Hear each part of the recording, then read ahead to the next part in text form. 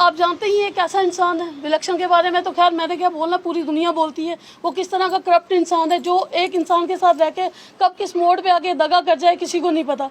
भीम सिंह जी के साथ रहे, पूरी ज़िंदगी खाया पिया, पूरी ज़िंदगी अपने बेटे की तरह, हाँ जी मैं आपका बेटा हूँ बेटा हूँ। जब टाइम आया बेटा बनने का तो वो तो सांप बन के निकल गया। उसने बेटे का ही राइट जो बनता था वही खा लिया। क्योंकि इतना सा लैंड छोड़ के गए थे कि कल को अगर बेटा इंडिया आए या कहीं भी आए तो अपने घर रहने की जगह छोड़ी हुई थी, लेकिन इलेक्शन ने वो भी कब्जा कर लिया, धोखाधड़ी करी। याद होगा 13 साल की 2 बच्चियों को वो लेकर आया। उसे 2 बच्चियाँ गाँव से लाई यहाँ पे, उनके माँ बाप को बोला कि हम बच्चियों को पढ़ाएंगे, पढ़ाने का बोल के लेके आए और घर के अंदर लेबर का काम करवाता था।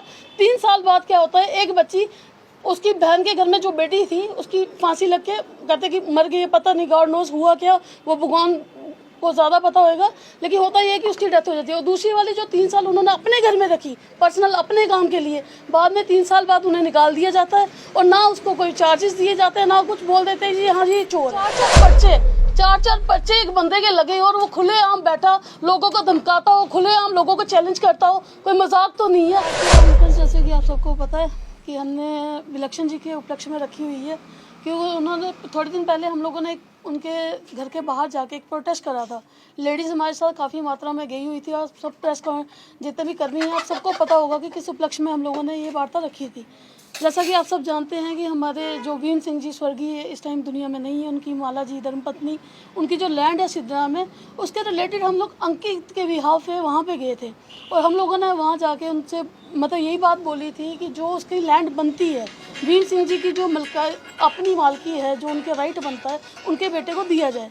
उस टाइम हमने एडमिनिस्ट्रेशन के सामने ये बात अपने दबे लफ्ज़ों में रखी थी कि हमें कोऑपरेट करें और जो भी अंकित का हिस्सा अंकित का बनता है अंकित को दिया जाए। मगर हमें ऐसा लग रहा है कहीं ना कहीं एडमिनिस्ट्रेशन हमारी बात को पूरी गंभीरता से नहीं ले रही है। वो सोच रहे हैं शायद 10, 5, 6, 200 लेडीज़ आएंगी और बात करेंगी, चली जाएंगी और हम लोग इसे हल्के में लेके छोड़ देंगे। ऐसा कुछ नहीं होगा। आने वाले टाइम में ये एक छोटा सा जो आंदोलन हमने शुरू करा है, ये एक उग्र आंदोलन हो जाएगा। और कल को पिछले टाइम जब हम आए थे हम लोग सिर्फ 100 लगभग इतनी लेडीज़ के साथ बैठे हुए थे। इस बार जो लेडीज़ आएंगी वो कम से कम 1000 की मात्रा में उनका घेराव करेंगी। बाद में एडमिनिस्ट्रेशन हमें मत बोले कि गलत हो गया। जैसा कि जानते हैं अंकित जी यहाँ के निवासी हैं, लेकिन फ़िलहाल वो फर्दर टाइम के लिए बाहर गए हुए हैं। जैसे उनके पापा की डेथ होगी ऑन द स्पॉट तो वो आ नहीं सकते ना, बाहर से आने के कुछ रूल रेगुलेशंस होते हैं, जब तक वो कार्रवाई कंप्लीट नहीं होगी तब तक वो इंडिया आ नहीं सकते ना। पिछले काफ़ी दिनों वो यहाँ रह कर गए हैं और वो अपनी बात बार बार एडमिनिस्ट्रेशन के सामने रखते रहे हैं। लेकिन यहाँ के जो हमारे डोगरे हैं शायद वो सोए हुए हैं, शायद उनकी भावनाएं मर चुकी हैं, शायद उनके अंदर दिल जो है पत्थर का बन चुका है कि एक बच्चा जो रोता बिलखता है जिसके माँ बाप नहीं है, उसके बावजूद भी हमारे जो डोगरे हैं वो उनके साथ उतरने को तैयार नहीं है। बार बार वो जाते हैं कि वहाँ पे बोलते हैं कि मेरा साथ दो मेरा साथ दो। शायद ये लोग डोगरा भूल गए हैं, ये वही भीम सिंह हैं जिन्होंने इनके हक के लिए डोगरों को जीना सिखाया, लड़ना सिखाया। और आज इस मंच पे अगर हम बोल रहे हैं तो वो भीम सिंह जी की मेहरबानी की बदौलत हम यहाँ बैठ के आपके साथ प्रेस कॉन्फ्रेंस कर रहे हैं। लेकिन डोगरों का दिल पत्थर का हो चुका है। वो अगर बच्चा बाहर से आके अपना हक मांगता है, आप जानते ही एक ऐसा इंसान है, विलक्षण के बारे में तो खैर मैंने क्या बोलना, पूरी दुनिया बोलती है। वो किस तरह का करप्ट इंसान है जो एक इंसान के साथ रह के कब किस मोड़ पे आके दगा कर जाए किसी को नहीं पता। भीम सिंह जी के साथ रहे, पूरी ज़िंदगी खाया पिया, पूरी ज़िंदगी अपने बेटे की तरह, हाँ जी मैं आपका बेटा हूँ बेटा हूँ। जब टाइम आया बेटा बनने का तो वो तो सांप बन के निकल गया। उसने बेटे का ही राइट जो बनता था वही खा लिया। उसने उसी के बेटे को घर से दरबदर कर दिया। आज वो कभी किसी के घर ठहरता, कभी किसी के घर ठहरता, जबकि उसके बाप ने इतनी सी जगह उसके लिए बना के रखी हुई थी। भीम सिंह जी इतना सा लैंड छोड़ के गए थे कि कल को अगर बेटा इंडिया आए या कहीं भी आए तो अपने घर रहने की जगह छोड़ी हुई थी, लेकिन इलेक्शन ने वो भी कब्जा कर लिया, धोखाधड़ी करी। और कानूनी तौर पर भी कोर्ट में उस ज़मीन की रजिस्ट्री पड़ी हुई है जो भीम सिंह के नाम से बोलती है। आज भी वो ज़मीन उनके नाम से ही वहाँ पर रजिस्टर्ड है कि वो भीम सिंह जी की ज़मीन है।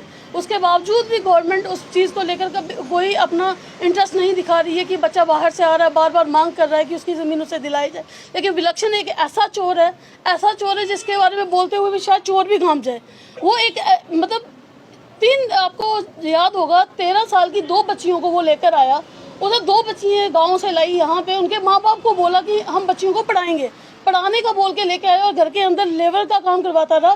3 साल बाद क्या होता है, एक बच्ची उसकी बहन के घर में जो बेटी थी उसकी फांसी लग के कहते कि मर गई, पता नहीं गॉड नोज हुआ क्या, वो भगवान को ज़्यादा पता होगा, लेकिन होता ये है कि उसकी डेथ हो जाती है। और दूसरी वाली जो 3 साल उन्होंने अपने घर में रखी, पर्सनल अपने काम के लिए, बाद में 3 साल बाद उन्हें निकाल दिया जाता है और ना उसको कोई चार्जेस दिए जाते हैं, ना कुछ बोल देते हैं जी हाँ जी चोर है।